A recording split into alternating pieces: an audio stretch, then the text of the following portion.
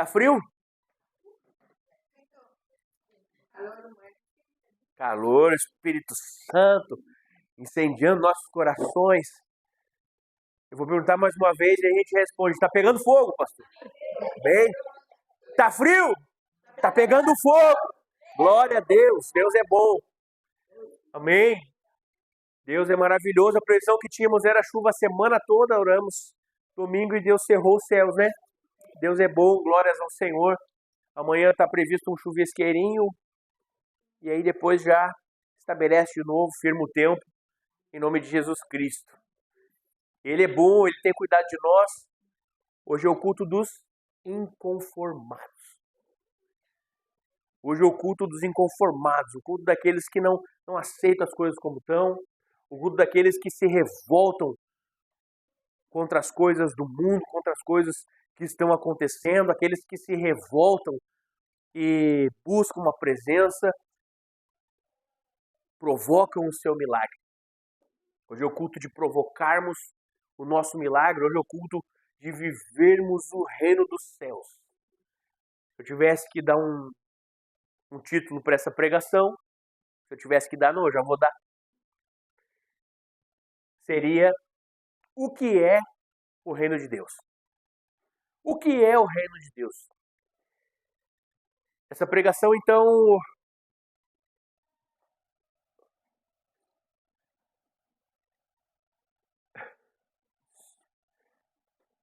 o que é o reino dos céus? Se nós perguntarmos, se a gente perguntar para qualquer pessoa, ou para algumas pessoas, o que é o reino de Deus, algumas vão dizer que o reino dos céus é o paraíso, é onde nós vamos morar. Algumas pessoas vão dizer que o reino dos céus é a salvação, ou seja, algumas pessoas vão dizer que o reino de Deus é a vida vindoura. Não é isso? Algumas pessoas podem até falar isso, mas não é o que a palavra de Deus nos revela.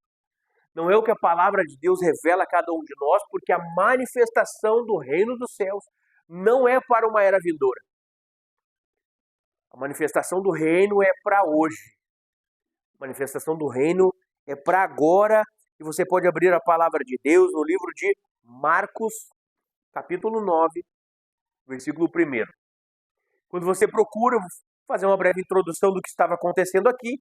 Em Marcos capítulo 8, Jesus vem fazendo a multiplicação dos pães, a segunda multiplicação dos pães. E ele vem falando, então, que os fariseus lhe interrogam, lhe pedem um sinal dos céus. Ele fala que nenhum sinal dos céus daria a eles, porque eles, de fato, não criam. Eles queriam, na verdade, uma desculpa para caçar, para pegar, para prender, para matar Jesus. Eles eram incrédulos, louvavam a Deus com a sua boca, mas não com o seu coração, é o que a Bíblia fala. É o que Jesus estava escancarando eles, Jesus estava expondo os pecados dos fariseus. Depois ele fala a respeito do fermento dos fariseus e de Herodes. Mas ele não estava falando de pães, ele estava falando acerca da doutrina desses caras. Do tipo, o estilo de vida desses caras. Que não era um estilo de vida que Jesus Cristo veio ensinar na Terra. Não é um estilo de vida que nós queremos viver, não é um estilo de vida que o crente, o protestante, deseja viver aqui nessa Terra. Nós temos que ter e viver e buscar intensamente a cultura dos céus para as nossas vidas. Não apenas uma cultura terrena, não apenas uma cultura dada por homens, não. Nós temos que buscar a cultura do céu. Como é a cultura do céu? O que Jesus veio ensinar? O que ele veio restaurar? O que ele veio trazer de novo? Nós já falamos a respeito disso diversas vezes e eu vou continuar batendo nessa tecla até que todos nós venhamos a aprender de fato e viver o reino de Deus e a sua manifestação na terra. Para que a gente possa aprender todos os dias um pouco mais acerca disso. Do que é o reino, então? O que é o viver do reino? Depois tem ali a cura do cego em Betsaida, a confissão de Pedro, Jesus prediz a sua ressurreição e morte e ressurreição. Pedro Pedro inicia ali dizendo então a Jesus que não deixaria ele morrer, e Jesus o repreende. E aí isso tudo acontece em Marcos capítulo 8, aí entra Marcos capítulo 9, versículo 1, que é o versículo que nós vamos ler agora. Então que Jesus ele termina falando, olha, ali no capítulo 8 ainda, ele fala, cada um que é meu discípulo deve levar a sua cruz.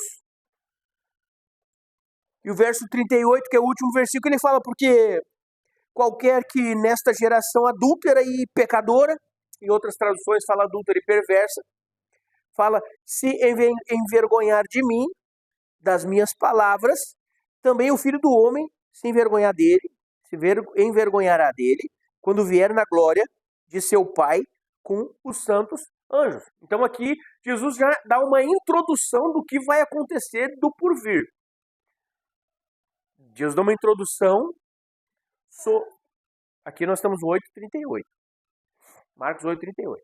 Não chegamos ainda no 9:1. Então, aqui ele simplesmente fala sobre, olha, se vocês não viverem o que precisam viver hoje e se envergonharem de mim, no dia da minha vinda, eu também vou negar vocês. Eu vou me envergonhar de vocês. Então, aqui Jesus Cristo está nos mostrando. Aí entra o capítulo 9 dizendo, e disse-lhes ainda. É legal, antes de entrarmos nesse... Estou fazendo um suspense, não é proposital, tá? É que Deus vem ministrando meu coração aqui. No 34 ele fala, convocando Jesus a multidão e os seus discípulos. Ou seja, ele queria falar algo para os discípulos e para a multidão. Ele queria ensinar alguma coisa. E ele vem falando aqui, então, sobre quem quiser vir após mim, negue-se a si mesmo, tome a sua cruz, me siga. E aí ele fala a respeito disso, não se envergonhe de mim, porque senão vou me envergonhar de vocês.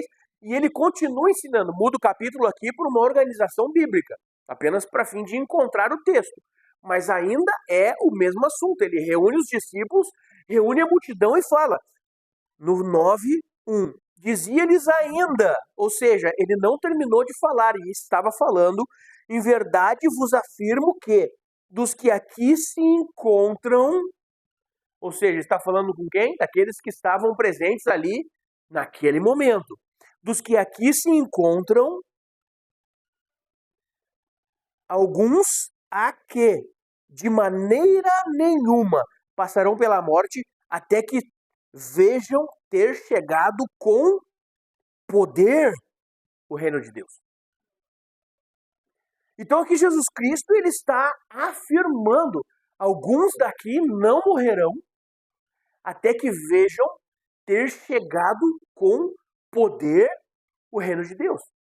É por causa disso que algumas igrejas acreditavam que Jesus voltaria na época deles ainda. O apóstolo Paulo tinha certeza que Jesus voltaria enquanto ele ainda estava em vida. Inclusive, algumas igrejas pararam de trabalhar, praticamente todos os fiéis, e viviam apenas reunidos nas igrejas, tinham falta de tudo, problemas com falta de comida, falta de emprego, falta de dinheiro, falta de tudo, porque eles acreditavam piamente que Jesus voltaria naqueles dias. Aí o apóstolo Paulo fala, não, vocês precisam trabalhar, porque ninguém sabe quando vai ser. Se vai ser hoje, se vai ser amanhã, se vai ser daqui 100 anos, daqui 1000 anos, ninguém sabe quando será. Então façam alguma coisa. E eu lembro que tinha um pastor que falava para mim, Rodrigo, tu precisa se preparar como se Jesus fosse voltar amanhã. E trabalhar como se ele fosse voltar daqui 100 anos. Isso explica mais ou menos como deve ser a nossa vida diante da obra de Deus. Mas, então aqui, por que eles acreditavam que seria naquela geração? Porque eles não tinham a revelação do que era verdadeiramente, do que é verdadeiramente o reino de Deus. Aqui eles entenderam o ter chegado com poder o reino de Deus, eles estavam imaginando que seria a segunda vinda de Cristo e o arrebatamento da igreja.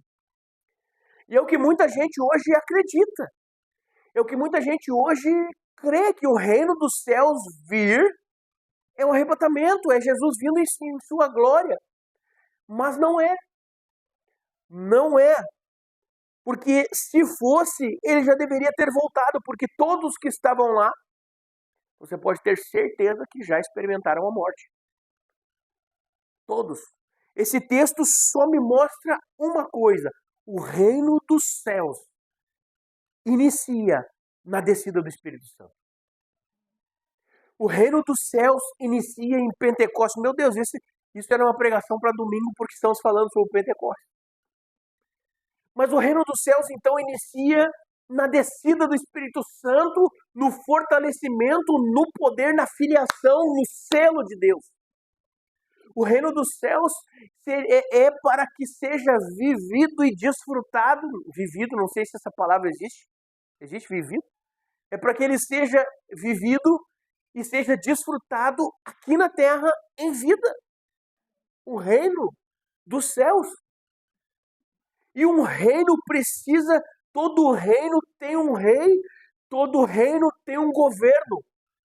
Isaías 9:6, um menino nasceu. Preste atenção como a Bíblia escala esse versículo.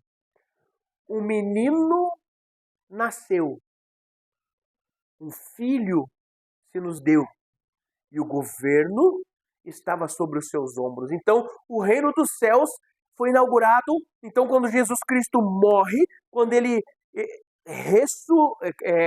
ressuscita, ali ele faz a transposição e nos permite viver o reino, e a descida do Espírito Santo sela o reino de Deus dentro de nós.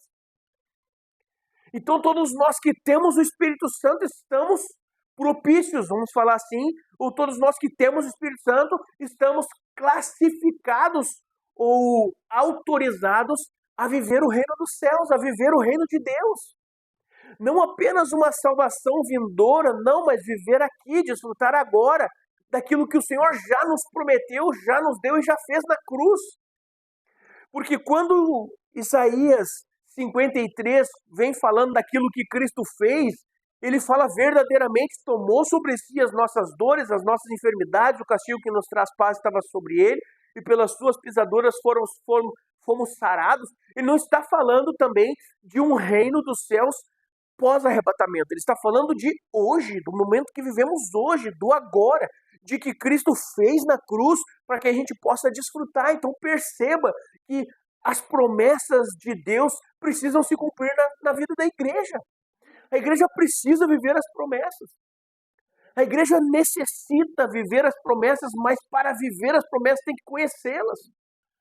É por isso que quando nós quando nós entendemos que o reino é para agora, e que o poder de Deus é para agora, nós começamos a ver curas e milagres acontecer. Nós mudamos até o nosso jeito de orar. Nós mudamos até o nosso jeito de falar. Nós mudamos até mesmo, como eu vou falar, aquela oração coitadista. Não sei se essa palavra existe, mas aquela oração de coitados para a oração de filhos e herdeiros. Que busca o reino, que busca a presença, que busca tudo aquilo que o Senhor tem e pode nos dar. E na verdade tem e já nos deu. Não é pode nos dar, é já nos deu. Porque ele entrega a chave para Pedro antes mesmo do seu falecimento. Ele entrega a chave para a igreja. Uma chave que vem perdurando e que ela é selada. Ou seja, existe uma chave que você pode usar e Deus coloca um chaveiro para que nós não venhamos a perdê-la. Vou usar assim. Ou uma corrente, quem já viu? Pessoa que perde muito chave, bota aquelas correntinhas e usa no pescoço. Para que não venha a perder a chave do reino dos céus. Porque ele fala, eu vos dou uma chave, a chave que abre as portas dos céus. E as portas do inferno não prevalecerão sobre ela, contra ela. E com essa chave, tudo que ligares na terra está ligado nos céus, o que desligares na terra está desligado nos céus. Essa é a chave principal. O que ele está falando? Tudo que você orar, o céu já está feito. As regiões celestiais já está pronto. Todas essas coisas. E por isso que nós vamos avançando, e por isso que nós vamos avante, e por isso que nós vemos milagre em todas as áreas. Em todas as áreas nós estamos experimentando milagres nas nossas vidas, em todas as áreas. Não somente nós, mas o povo tem experimentado milagres. O povo tem experimentado milagres. O povo tem prosperado, o povo tem experimentado milagres na área da saúde, na área da família, na área econômica. Milagre em cima de milagre, querido. Porque as portas do céu já nos foram dadas, as chaves já nos foram dadas. E nós temos acesso a elas. Através de Cristo Jesus, através da fé em Cristo Jesus e através do governo que está sobre os ombros de Cristo. E o que ele fala? A mim foi me dado todo o poder, nos céus, na terra e debaixo da terra. E o que ele fala depois disso, você lembra? Eis que vos dou poder. Para quê? Para pisar serpentes e escorpiões, e se beberdes algo mortífero, não vos causará dano algum. E o que mais? O que mais? Ele nos dá poder. Quando ele envia os seus discípulos, os 70, primeiro aqueles 70, de 2 em 2, eles têm poder sobre espíritos imundos, eles têm poder sobre enfermidades, eles têm poder sobre as ações do tempo. Imagine comigo, queridos, pessoas, homens e mulheres comuns. Você acha que Eliseu, Elias, eles eram super-homens? Você acha que a profetisa Débora era uma super-mulher? Não, nós vemos então homens e mulheres comuns que não tinham o Espírito Santo dentro deles, selados pelo Espírito Santo, e viviam milagres. E experimentavam naquele tempo já, mesmo que de relance, mesmo que como flechas, o reino que hoje está disponível e descortinado para nós. Para nós. Mas sabe quando ninguém nunca ouviu um pai dizer assim, estraguei meu filho porque dei tudo para ele? Quem já ouviu essa expressão? Estraguei, ou alguém falou assim, aquele cara lá, o fulano, estragou o filho porque dá tudo para ele, não nega nada. Algumas pessoas, alguns cristãos estão estragados porque receberam do Pai e não souberam ou não sabem utilizar, não dão valor ao que receberam de Deus e às vezes nem foram ensinados assim. Nem foram ensinados a dar valor e a usar corretamente aquilo que o Senhor deu, que é todas as coisas. Todas as coisas em Cristo Jesus. E nós precisamos crer, pastor, mas Deus dá se Ele quiser. Eu concordo com isso. Mas não é por causa disso, então, que eu vou me sentar num canto emburradinho e vou dizer assim, se Deus quiser me dar, Ele me dá. Não, eu vou à luta, eu vou atrás, eu vou orar, eu vou jejuar, eu vou profetizar em nome de Jesus Cristo. E se Deus não der, aí é com Ele, não é comigo. A minha parte eu vou fazer, porque Ele já me prometeu. E Ele já te prometeu. E tem uma vida que nós temos que viver. E existe um estilo de vida que nós temos que viver. Eu quero que você entenda que avivamento não é apenas um movimento espiritual na terra, é um estilo de vida que nós devemos viver. O avivamento é uma conduta de vida cristã que nós devemos devemos e necessitamos viver, experimentar. Porque o nosso coração precisa queimar pelas coisas de Deus. O nosso coração precisa arder pelas coisas de Deus. Nosso coração, quando ouve falar de um milagre, ele precisa entrar em chamas. Nós temos que entrar em combustão instantânea quando ouvimos as coisas de Deus e levantar um clamor no momento, dar um glória, dar um aleluia. Se você é batizado, já dar uma rajada de língua, não importa onde você está. Entendo, tá? Entendo, não vai fazer isso na frente do teu patrão lá. Mas nós precisamos e nós devemos viver intensamente as promessas de Deus nas nossas orações, na súplica, na busca, profetizando em todo o tempo. Ontem foram dias que eu acordei pela manhã, dobrei meu joelho e falei, Senhor, eu entrego a Ti o meu dia, eu profetizo bênção sobre bênção. Queridos, Deus tem aberto portas que você não tem ideia para as nossas vidas. Deus tem aberto portas todos os dias, porque nós consagramos o nosso dia a Deus. E nós profetizamos acerca daquilo que nós entendemos que é aquilo que Deus nos prometeu. Profetizamos. Mas não chegou ainda? Não, ainda não. Algumas coisas ainda não chegaram aqui, nesse plano. Mas no mundo do Espírito já está fluindo. No mundo do Espírito já está bombando. No mundo do Espírito eu creio que as coisas já estão prontas e preparadas, aguardando apenas o nosso tempo cruzar com o tempo de Deus e pá, as coisas acontecerão. É isso que necessitamos, que precisamos crer e que devemos intensamente buscar. Então o reino de Deus que Cristo fala aqui não é algo apenas vindouro, não é sobre a salvação, não, é sobre agora. Amados, olha a palavra que ele fala. Não passarão pela morte até que vejam ter chegado com poder o reino de Deus. Com poder o reino de Deus. E o que é chegar com poder o reino de Deus?